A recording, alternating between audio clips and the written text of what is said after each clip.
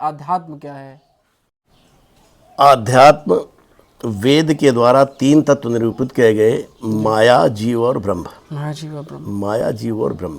जी जीव का ब्रह्म से क्या संबंध है, माया से क्या संबंध है, जी या जीव ब्रह्म को कैसे प्राप्त कर सकता है, इससे संबंधित समस्त जानकारी आध्यात्म के अंदर आती है। जी। तो आध्यात्मिकता और धार्मिकता, इन दोनों में क्या अंतर है? धर्म का संबंध यहाँ संसार से रिलेटेड है, अध्यात्म का संबंध ब्रह्म से रिलेटेड है। आत्मा और ब्रह्म का संबंध, या आत्मा ब्रह्म को कैसे प्राप्त कर सकती है, इसका जो सम्यक ज्ञान है वो अध्यात्म कहलाता है। और धर्म के अंदर हम कैसे भगवान को, संसार में नाना प्रकार के धर्म अलग अलग हो गए, वो कैसे कौन परमात्मा को किस तरह से प्राप्त करता है। गंतव्य स्थान एक ही है, पहुंचने का स्थान एक ही है, लेकिन उसके मार्ग अलग अलग हैं। जितने भी मार्ग हैं उनको अलग धर्म के नाम से निरूपित कर दिया गया। लेकिन यहाँ संसार में मानव के द्वारा तमाम धर्म निरूपित कर दिए गए, जैसे इस्लाम धर्म, बौद्ध धर्म, जैन धर्म आदि आदि। लेकिन धर्म का वास्तविक जो संबंध है, धर्म कर्तव्य से जुड़ा हुआ विषय है। कर्तव्य निरूपित होता है, माता का पिता के प्रति क्या कर्तव्य है, बच्चे का पिता के प्रति क्या कर्तव्य है, ये सब जो कर्तव्यों की राशि है वो भी लौकिक धर्म के अंतर्गत आती है।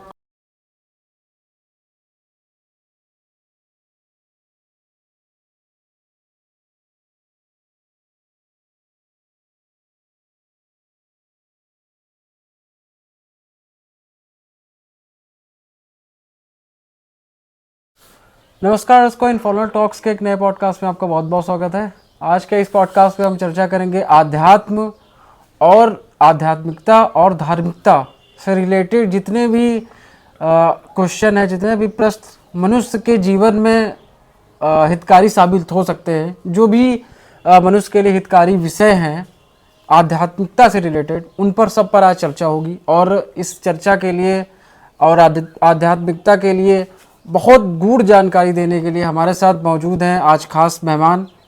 सबसे पहले मैं उनका परिचय कराता हूँ, पंडित कैलाश नाथ वाजपेयी जी। भाई साहब, आपको बहुत बहुत स्वागत है हमारे इस पॉडकास्ट में। तो शुरुआत करते हैं हम लोग पॉडकास्ट की। पहला प्रश्न यही है कि आध्यात्म क्या है? आध्यात्म वेद के द्वारा 3 तत्व निरूपित किए गए, माया, जीव और ब्रह्म। महाजीव ब्रह्म। माया, जीव और ब्रह्म। जी जीव का ब्रह्म से क्या संबंध है, माया से क्या संबंध है, जी या जीव ब्रह्म को कैसे प्राप्त कर सकता है, इससे संबंधित समस्त जानकारी आध्यात्म के अंदर आती है। जी। धार्मिकता क्या है? धार्मिकता वेद के अनुसार तो जी परम धर्म सुत विदित अहिंसा। जी अहिंसा परमो धर्मा वेद कहता है, और रामचरित मानस कहती है परम धर्म सुत विदित अहिंसा।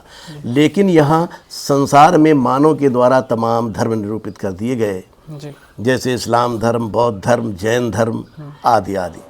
लेकिन धर्म का वास्तविक जो संबंध है, धर्म कर्तव्य से जुड़ा हुआ विषय है। कर्तव्य निरूपित होता है, माता का पिता के प्रति क्या कर्तव्य है, बच्चे का पिता के प्रति क्या कर्तव्य है, ये सब जो कर्तव्यों की राशि है वो भी लौकिक धर्म के अंतर्गत आती है। अब मैं पूछना चाहूँगा, आध्यात्मिकता और धार्मिकता, इन दोनों में क्या अंतर है? धर्म का संबंध यहाँ संसार से रिलेटेड है, अध्यात्म का संबंध ब्रह्म से रिलेटेड है। आत्मा और ब्रह्म का संबंध, या आत्मा ब्रह्म को कैसे प्राप्त कर सकती है, इसका जो सम्यक ज्ञान है वो अध्यात्म कहलाता है। और धर्म के अंदर हम कैसे भगवान को, संसार में नाना प्रकार के धर्म अलग अलग हो गए, वो कैसे कौन परमात्मा को किस तरह से प्राप्त करता है। गंतव्य स्थान एक ही है, पहुंचने का स्थान एक ही है, लेकिन उसके मार्ग अलग अलग हैं। जितने भी मार्ग हैं उनको अलग धर्म के नाम से निरूपित कर दिया गया। अब मैं पूछना चाहूँगा, आध्यात्म से भगवान को कैसे प्राप्त कर सकते हैं? ब्रह्म की प्राप्ति कैसे हो सकती है? आध्यात्म से ब्रह्म की प्राप्ति माया जी और मोह। माया मोह। माया और मोह, जीव और ब्रह्म के बीच में अज्ञान का और माया का पर्दा पड़ा हुआ है। जी जी। जब तक ये दूर नहीं होगा तब तक ब्रह्म प्राप्त नहीं कर सकता। और माया इतनी प्रबल है कि उसको पार पाना बड़ा कठिन है। गीता में भगवान ये बात कहते हैं कि माम एव प्रपद्यन्ते, जो केवल केवल मेरी शरण में है वही इस माया को पार कर सकता है। जी। माया क्या है? जहां तक आपके मन की पहुंच है गो गोचर इंद्रियों की और मन की जहां तक पहुंच है वो सब माया है। गो गोचर जहां लगे मन जाई सो सब माया जानो भाई। इसके आगे जब आप बढ़ेंगे तब भगवान के पास जाने का पहला कदम है। जब माया को आप बिल्कुल पार कर लेंगे तब परमात्मा की तरफ जाने का आपका पहला कदम होगा। और माया इतनी प्रबल है कि इसको पार पाना कठिन है। भगवान कृष्ण गीता में कहते हैं मामेव प्रपद्यन्ते, और बड़े बड़े ऋषि मुनि सब माया के चक्कर में पड़ गए। जी, अब मैं पूछना चाहूँगा कि जैसा कि हिंदुत्व में और सनातन में पूजा पद्धति क्या अलग अलग है? कोई अलग नहीं। हिंदुत्व तो सनातन धर्म का ही पार्ट है। हिंदू का धर्म ही सनातन धर्म है। तो मेरी समझ में दोनों को अलग अलग करना ये ठीक नहीं। हिंदू और सनातन एक है। सनातन जैसे कि और सनातन धर्म के अंदर यूं कहना चाहिए बड़े में तो सनातन धर्म के अंदर सारे धर्म आते हैं। यानी कोई भी धर्म जो है 4-5 हजार वर्ष से पहले का नहीं है। और सनातन धर्म आदि है, वेदों से चला आ रहा है। नहीं, जैसे सनातन में हम लोग देखते हैं कि सनातन में ध्यान है, और इसके अलावा हम लोग ध्यान लगा सकते हैं, मन को एकाग्र करके भी भगवान से ब्रह्म की प्राप्ति कर सकते हैं। और हिंदुत्व में पूजा पाठ की अलग पद्धति है। तो क्या कुछ थोड़ा बहुत डिफरेंस है? आजकल तो हिंदुत्व मतलब हिंदू की पूजा पद्धति का लोग ज़्यादा उपयोग कर रहे हैं, ध्यान बहुत ही कम लोग लगाते हैं। हाँ, असल में बात यूँ है कि पूजा जो है, जिसको यहाँ लोग पूजा कहते हैं, उसका तो कोई माने नहीं। जी, वही चीज़ में पूछना चाह वेद कह रहा है मन एवं मनुष्याणाम कारणम बंध मोक्षयो।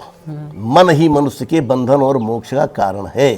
तो जहाँ मन है वही परमात्मा के यहाँ नोट किया जाता है। पूजा में कई बार हम करते हैं, पूजा तो कर रहे हैं, लेकिन मन हमारा अलग है, तो वो पूजा नहीं है।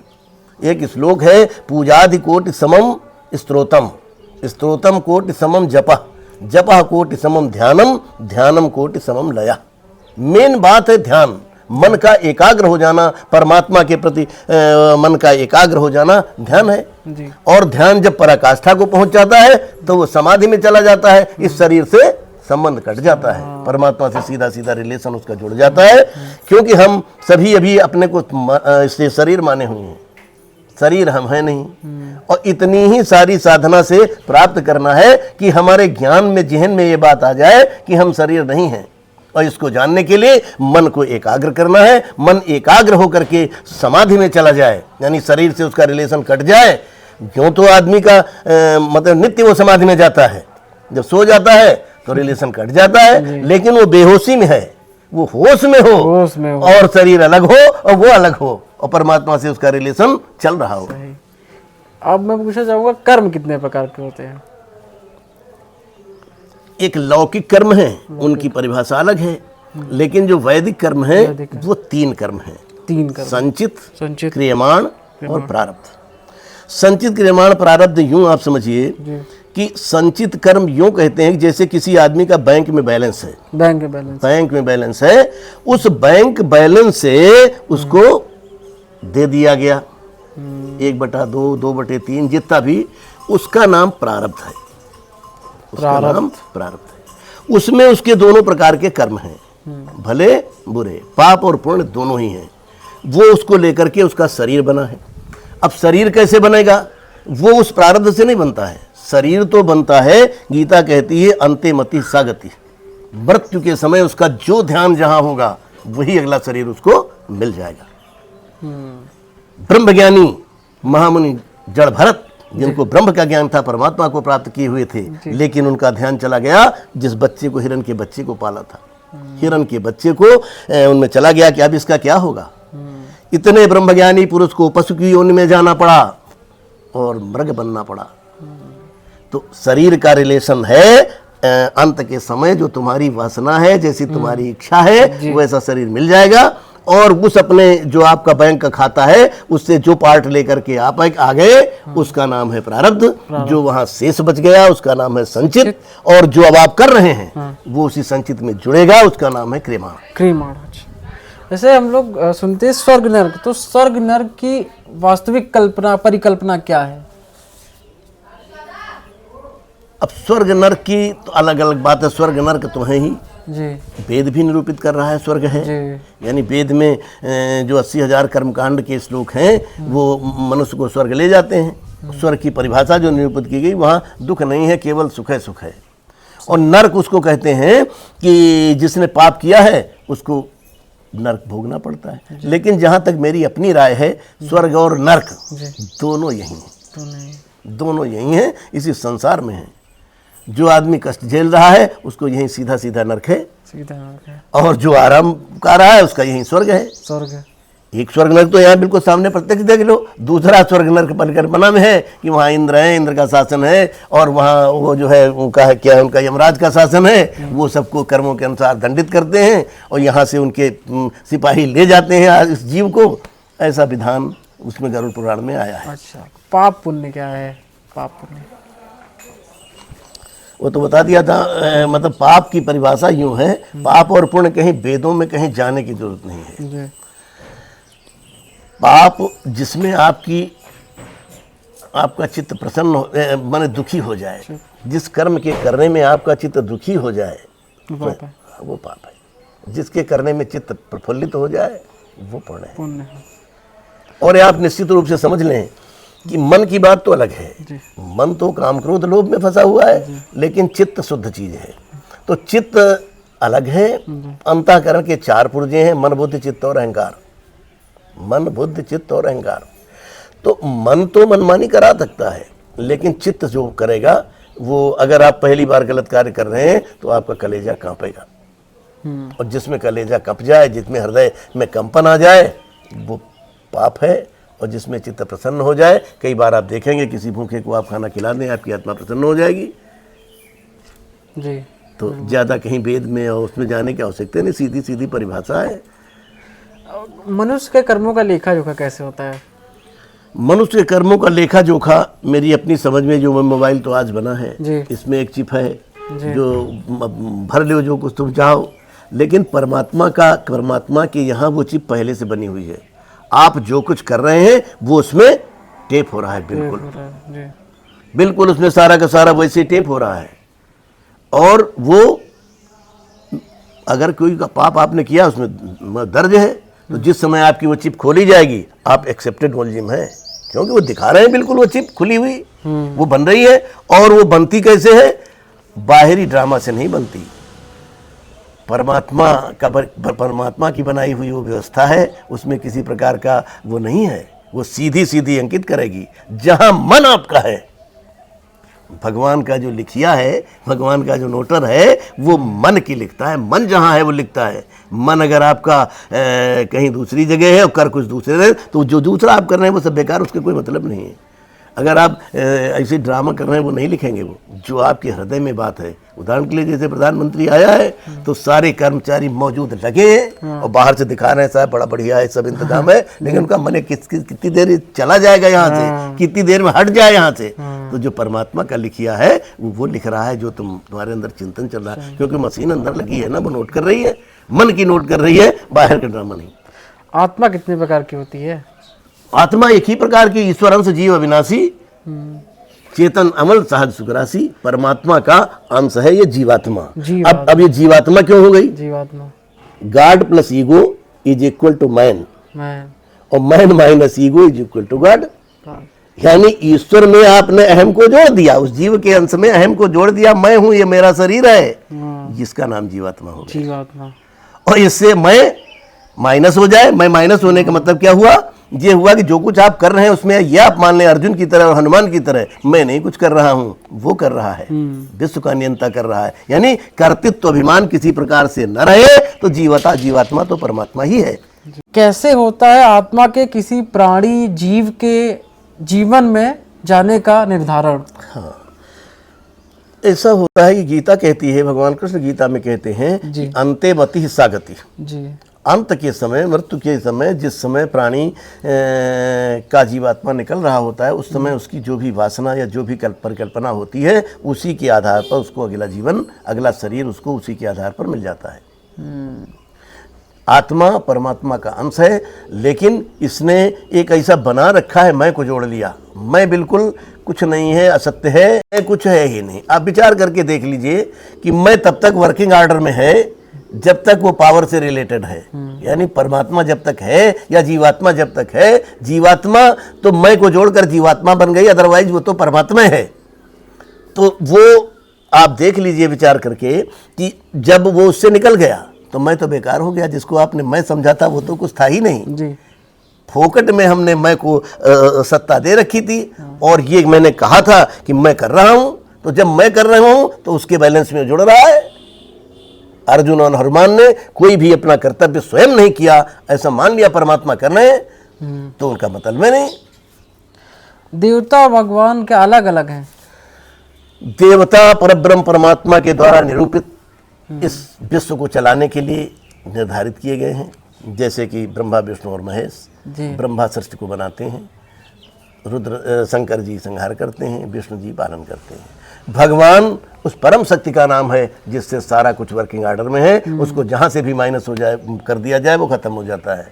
यानी जो कुछ भी संसार है परमात्मा के अलावा कुछ है ही नहीं। जहाँ से परमात्मा माइनस हो जाएगा वहाँ खेल खत्म। चाहे जीव हो, चाहे जो कुछ भी हो, दुनिया के संसार की जड़ चेतन जितना कुछ है, जो भी आपको लावण्यता दिखाई दे रही है, जो कुछ खूबसूरती दिखा रही है, वो सारी की सारी परमात्मा की है। जहाँ से आप परमात्मा को माइनस कर देंगे, राधा को माइनस कर देंगे, वहाँ खेल खत्म हो जाएगा। हम लोग देखते हैं कि कोई भी जैसे कोई धर्म कार्य करता है उसमें अपना बोर्ड, जैसे किसी ने कुछ बनवाया, धार्मिक कार्य कराया, तो उसमें अपना नाम उजागर करता है। तो उससे क्या उसका फल उसको मिलेगा, उस व्यक्ति को जिसने वो कार्य किया है, या फिर नहीं? सीधा सीधा वो फल मांग ही रहा है। उसने डायरेक्ट भी फल मांग लिया। वो चाहता है मेरा नाम हो जाए, मेरा नाम नाम हो जाएगा उसका। धर्म इसका संदर्भ इस तरह से है कि मुझे अगर कोई पुण्य का कार्य करना है, तो अगर हम नाम चाहते हैं तो उसका रिलेशन केवल संसार तक है। संसार में नाम हो गया, काम खत्म। उसका कोई परमात्मा से रिलेशन नहीं, ना परमात्मा से कोई मतलब है। और अगर हम नाम नहीं चाहते हैं, परमात्मा का मेरा कुछ है ही नहीं, मैं ही नहीं है कुछ, तो मेरा कहां से आ गया? तो जब मेरा कुछ है ही नहीं, परमात्मा का है, तो मेरा नाम। अच्छा, दूसरी बात है कि नाम और उपाधियां और शरीर, ये तीनों चीजें संसार में मिली है और संसार में विलीन हो जाएंगी। शरीर मुझे माता पिता के द्वारा मिला, नाम माता पिता ने मेरा रख दिया, उपाधि मैंने ज्ञानार्जन कर प्राप्त कर ली। इनका रिलेशन सिर्फ संसार तक है, इसका कोई परमात्मा से लेना देना नहीं है। वो यही समाप्त हो जाएगा। तो जो आदमी नाम चाहता है तो संसार है तो चाह रहा है, वो कहाँ परमात्मा को चाह रहा है? वो खुद ही परमात्मा को नहीं चाह रहा, तो नाम चाह रहा है मेरा नाम हो जाए, तो नाम उसका हो जाएगा, उसका पुण्य खत्म, उसके वहाँ कौन मतलब है। और उदाहरण के लिए एक बात है, जिसे मान लो उदाहरण के तौर पर बताता हूँ कि किसी आदमी के बैल मर गए, गरीब आदमी है वो, आपने उसको बैल लिवा दिए, क्या कहेंगे आप? पुण्य हो गया? अब पुण्य क्या कहेंगे आप? पुण्य हो गया? पुण्य बिल्कुल नहीं हो गया। पुण्य बिल्कुल नहीं हो गया। इसलिए नहीं हो गया कि उसके फिर 3 पार्ट हैं। 3 पार्ट ये हैं, एक तो आपके अंदर मन मैंने बताया पहले ही, मनो मनुष्याणाम कारणम बंधम मोक्षयो। तो मन में एक परिकल्पना आपकी है कि इसको बैल लिवा दिया, अगर बहू को विदा कराना होगा तो इसको भेज देंगे, ले आएगा। दूसरी परिकल्पना ये आपके अंदर है कि पूरा गांव जान ले कि बड़े आदमी है, देखो कैसी मदद करते हैं, इसका भी कोई फल नहीं है। तीसरी परिकल्पना ये है कि प्रभु तुम्हारा हुआ दिवाता और तुम्हारी सेवा में लग गया, जिसका नाम निष्काम कर्मयोग है। निष्काम कर्मयोग है, इसके द्वारा भी सीधा भगवत प्राप्ति होती है। सब देखा जाए, सबसे बड़ा पुण्य और सबसे बड़ा पाप क्या है? सबसे बड़ा पुण्य और सबसे बड़ा पाप क्या है? परम धर्म श्रुति विदित अहिंसा और पर निंदा सम अग्निगिरीसा। दूसरे की निंदा के समान कोई पाप नहीं है और परम धर्म अहिंसा के समान कोई पुण्य नहीं। लेकिन ये भी आ जाता है, अहिंसा परमो धर्मा, धर्म हिंसा तथैव च। हाँ, तो जब आप धर्म के लिए हिंसा करते हैं तब? धर्म के लिए हिंसा कहाँ होगी? वो तो धर्म में न रहा, फिर उसका नाम अधर्म रख दो। जैसे कि हिंसा जहाँ जुड़ गई वहाँ धर्म अलग हो गया। जब कौरव पांडवों का युद्ध हुआ तो वहाँ वो तो धर्म के लिए हुआ ना। और जैसे कि राम जी ने रावण को मारा, वो भी धर्म की स्थापना के लिए ही मारा। तो इस हिसाब से तो हिंसा धर्म के लिए हुई ना। हाँ, धर्म के लिए हुई। धर्म वो तो भगवान कहते हैं, धर्म संस्थापना संभवामि युगे युगे। जब मतलब धर्म क्या है, जब बिल्कुल मिटने लगता है, सनातन धर्म ही मिटने लगता है, उस समय प्रभु को आना पड़ता है और वो उसका संहार करते हैं। यानी कि धर्म के लिए की गई हिंसा अच्छे काम की। हाँ, अच्छे काम की। आजकल बहुत हम लोग ने देखा कि आजकल लोग बहुत कहते हैं कि जो राइट विंग को मानते हैं वो तो नहीं कहते, लेकिन राइट विंग को जो मानते हैं वो तो शास्त्र के हिसाब से और सारी चीज़ों के हिसाब से चलते हैं, लेकिन लेफ्ट विंग को मानने वाले वो कहते हैं कि भगवान नहीं है, कोई ईश्वर नहीं है, ईश्वर का कोई अस्तित्व नहीं है। ऐसे लोगों को एक सनातनी द्वारा क्या जवाब दिया जा सकता है, एक आस्तिक द्वारा? उनके सामने ये प्रश्न रखना चाहिए कि आप वर्किंग आर्डर में कैसे हैं, कौन आपको वर्किंग आर्डर में करे हुए है। और उदाहरण के लिए पावर है, बिजली, पावर हाउस से पावर बिजली आ रही, तो जब तक बिजली से कनेक्शन है तभी तो यंत्र चल रहा है। जब तक बिजली से रिलेशन है, चाहे वो हीटर हो चाहे जो भी हो, सब जब तक उसका रिलेशन है, और रिलेशन कट गया तो ख़त्म हो गया। तो ये जब संसार की व्यवस्था इस प्रकार से है कि पावर हाउस से कटने के बाद वो बेकार है, उसी प्रकार से आप इसको समझें या उनसे पूछ लो क्या है बिजली, बताओ बिजली के बारे में वर्णन करो, क्या उसका स्वरूप है, क्या है, रूप है, रंग है, क्या है। लेकिन उसके बगैर सारा तमाशा माइनस है। इसी प्रकार से परमात्मा है, परमात्मा माइनस हो जाएगा, खेल खत्म हो जाएगा। उसका नाम परमात्मा है और वो एक ही है, एक ही शक्ति पूरी दुनिया को चला रही है, व्यवस्थापक है उसके। जी। तो क्या एक लास्ट क्वेश्चन है, कलयुग में क्या मन, रामचरितमानस में भी है एक चौपाई कि कलयुग में मन का पाप नहीं लगता, ऐसा कुछ है क्या? मानस पूर्ण होए नहीं पापा, कलिकर एक पुनीत प्रतापा, मानस पूर्ण होए नहीं पापा।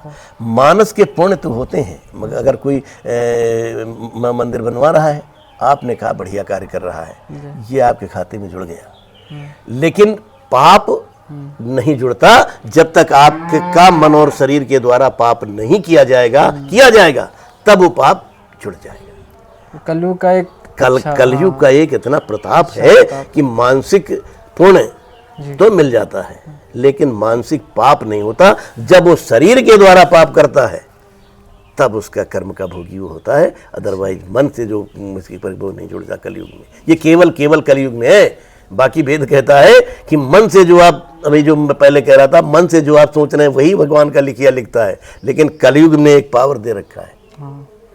कहा मैंने कल केवल मलमूल मलिना, पाप पयोनिधि जनमन मीना। कलयुग में केवल सब पाप है, पाप का समुद्र है कलयुग।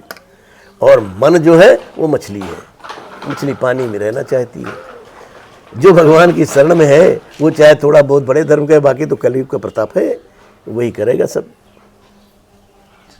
चलिए तो दर्शकों, जैसा कि आज आपने देखा कि हम लोगों ने महाराज जी के साथ, बाबा के साथ आध्यात्म और धार्मिकता पर, मनुष्य से संबंधित जो भी विषय हैं, जो भी उसके मन में प्रश्न रहते हैं, उनका उत्तर हमने खोजने का प्रयास किया चर्चा के द्वारा ही। तो अगर आपको ये पॉडकास्ट पसंद आया हो तो हमारे इस वीडियो को लाइक ज़रूर कीजिएगा। और बाबा आपको बहुत बहुत धन्यवाद जो आपने हम लोगों को अपना कीमती समय दिया। राधे राधे गोविंद राधे। बहुत बहुत धन्यवाद। तो दर्शकों, हमारे इस वीडियो को लाइक करिएगा और चैनल को सब्सक्राइब करिएगा ताकि हमारे आने वाले जितने भी आपको वीडियो हैं वो बहुत ही जल्दी मिल सके। धन्यवाद। जय श्री राम।